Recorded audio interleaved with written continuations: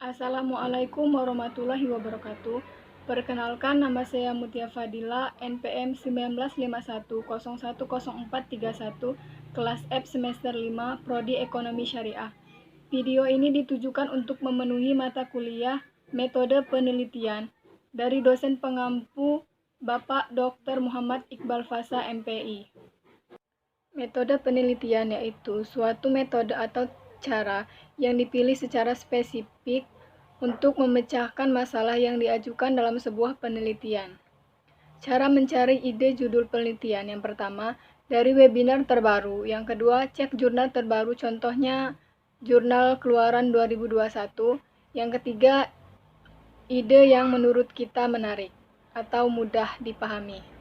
Sistematika penulisan paper individu. Yang pertama, identitas penulis. Yang kedua, abstrak. Dan yang ketiga, pendahuluan. Keempat, landasan dasar Al-Quran dan hadis. Yang kelima, konsep dan pembahasan 1. Yang keenam, konsep dan pembahasan 2. Yang ketujuh, tawaran penulis. Yang kedelapan, kesimpulan. Dan yang terakhir, referensi. Kita wajib menggunakan manajemen referensi Mendeley. Kemudian perbanyak referensi rujukan dari jurnal ilmiah dan buku berbahasa asing. Usahakan tiap paragraf referensinya berbeda. Gunakan middle note atau body note. Minimal referensi 25 rujukan. Jurnal menggunakan kertas A4, lens spasi 1,15 dan untuk ukuran atas dan kiri 4 cm dan ukuran bawah dan kanan 3 cm. Cara mencari referensi yaitu yang pertama, menggunakan Google Scholar, dan yang kedua menggunakan situs referensi buku libgen.rs. Saya akan menjelaskan pengertian isi dan contoh dari abstrak, pendahuluan, konsep, dan pembahasan. Abstrak yaitu yang mengenai atau menggambarkan suatu paper atau karya ilmiah.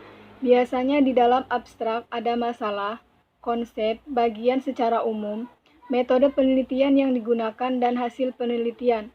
Abstrak biasanya dibuat paling terakhir. Abstrak minimal 200 kata dan maksimal 350 kata.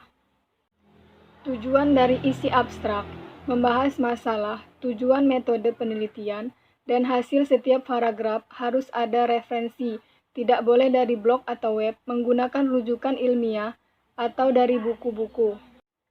Cara penulisan abstrak: spasi single 1,0, penulisan abstrak rata tengah, menggunakan bahasa Inggris dan bahasa Indonesia, dan bagian kata kunci tulisannya dimiringkan.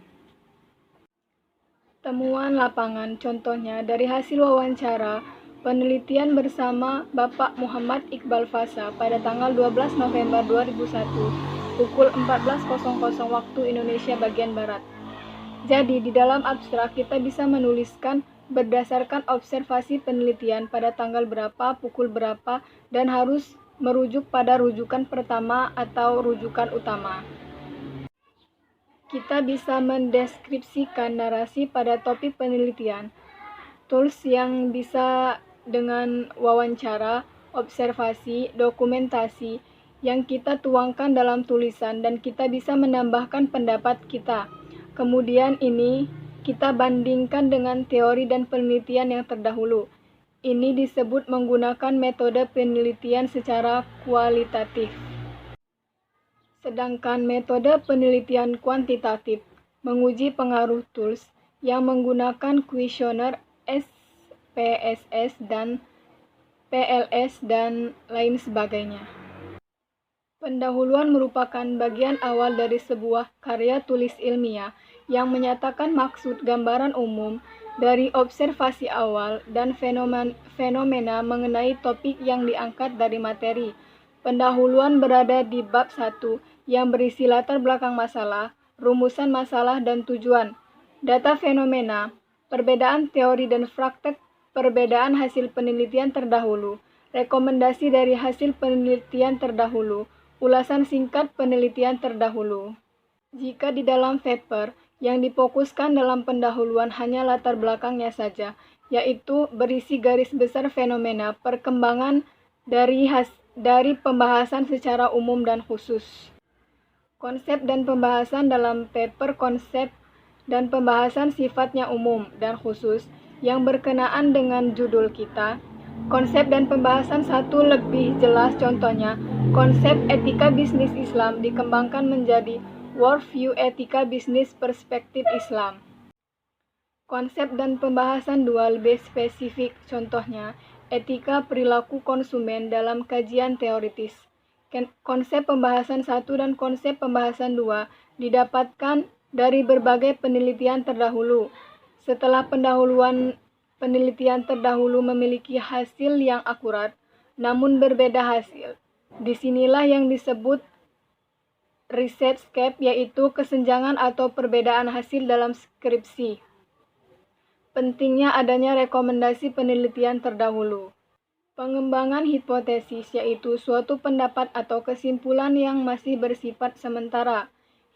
Hipotesis atau anggaran dasar yaitu jawaban sementara yang masih bersifat praduga karena masih harus dibuktikan kebenarannya.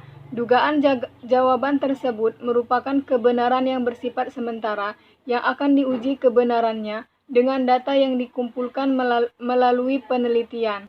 Pengembangan hipotesis dibagi menjadi dua, yaitu pengembangan hipotesis kuantitatif dan kualitatif. Contoh pengembangan hipotesis kuantitatif yang tidak perlu dan salah. H0. Kepemimpinan Islam tidak mempengaruhi kinerja karyawan Islam. H1. H1-nya, kepemimpinan Islam mempengaruhi kinerja karyawan Islam. Yang benar yaitu X1 kepemimpinan Islam, X2 kepuasan kinerja Islam, dan Y-nya kinerja karyawan Islam.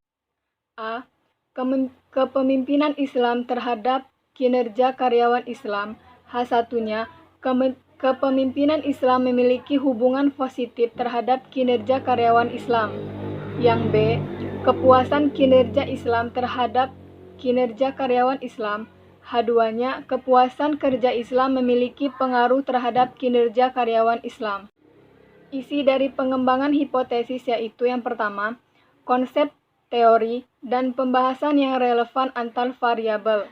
Yang kedua, kemukakan hasil penelitian yang mendukung dan tidak mendukung sertakan alasannya. Yang ketiga, kemukakan argumentasi dan tawaran hipotesis dari penelitian yang berangkat dari penelitian poin pertama dan poin kedua. Demikianlah materi yang dapat saya sampaikan. Saya akhiri, wabillahi taufiq wal hidayah. Wassalamualaikum warahmatullahi wabarakatuh.